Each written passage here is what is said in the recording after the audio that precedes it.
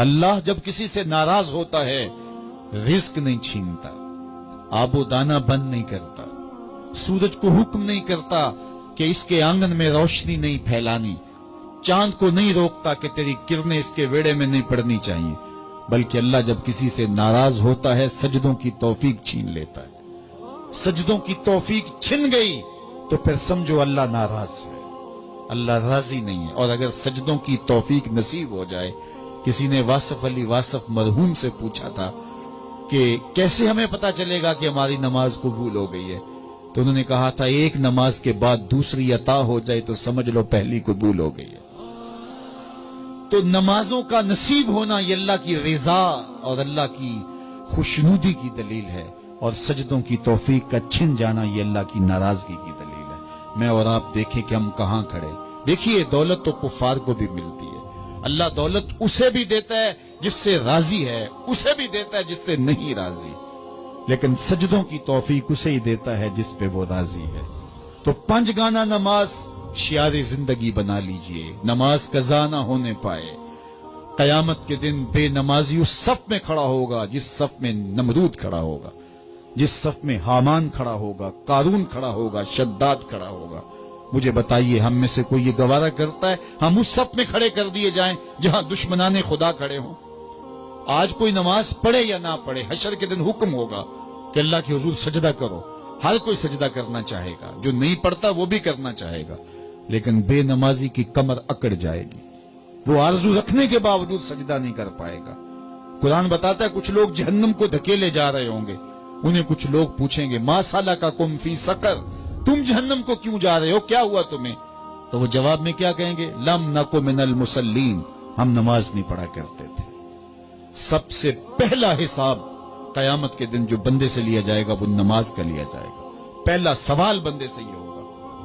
یا چڑیاں بھی رب کی تسبیح بولیں اور اشرف المخلوقات سویا رہے، جب صبح کا وقت ہوتا ہے حشرات الارض بھی بلوں سے نکل کے رب کی تقدیس کے ترانے پڑھ رہے ہوتے ہیں، درختوں کی شاخوں پہ چڑیاں پرندے وہ بھی اللہ کی تقدیس کے ترانے پڑھ رہے ہوتے ہیں، حشرات الارض بھی اس کی تقدیس کے گیت گا رہے ہوتے ہیں، اور اشرف المخلوقات خراٹے لے رہا ہو، اس سے بڑی بد نصیبی کیا ہو سکتی ہے؟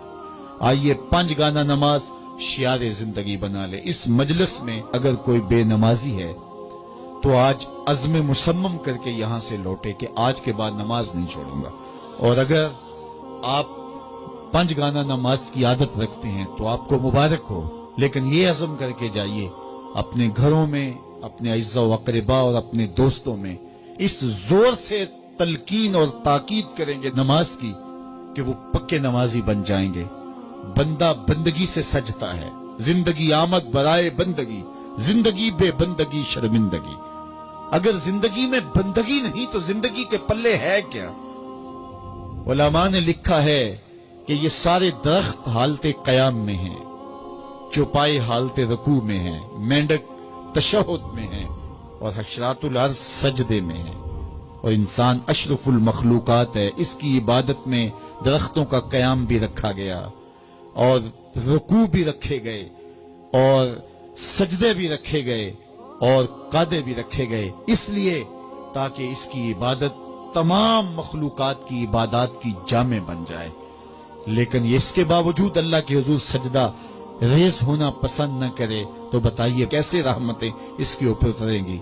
خوش نصیب تو وہ ہیں جو 5 گانا نماز ادا کرنے کے بعد تہجد بھی قضا نہیں ہونے دیتے، سجدوں سے اللہ کے حضور حاضری پیش کرتے ہیں۔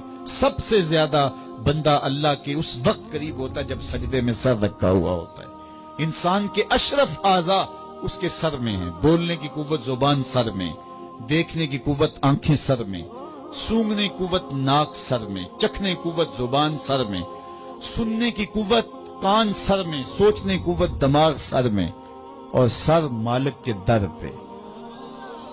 ناک بھی رگڑ رہا ہے، پیشانی بھی رگڑ رہا ہے، اور زبان سے کیا کہہ رہا ہے؟ سبحان ربی الاعلی، مالک مجھ سے نیچے کوئی نہیں، تیرے سے بالا کوئی نہیں۔ انسان کو بندگی کا ذوق جب نصیب ہو جاتا ہے، جب اس کے حضور بندہ جھکنے لگ جاتا ہے، تو پھر وہ کسی کے آگے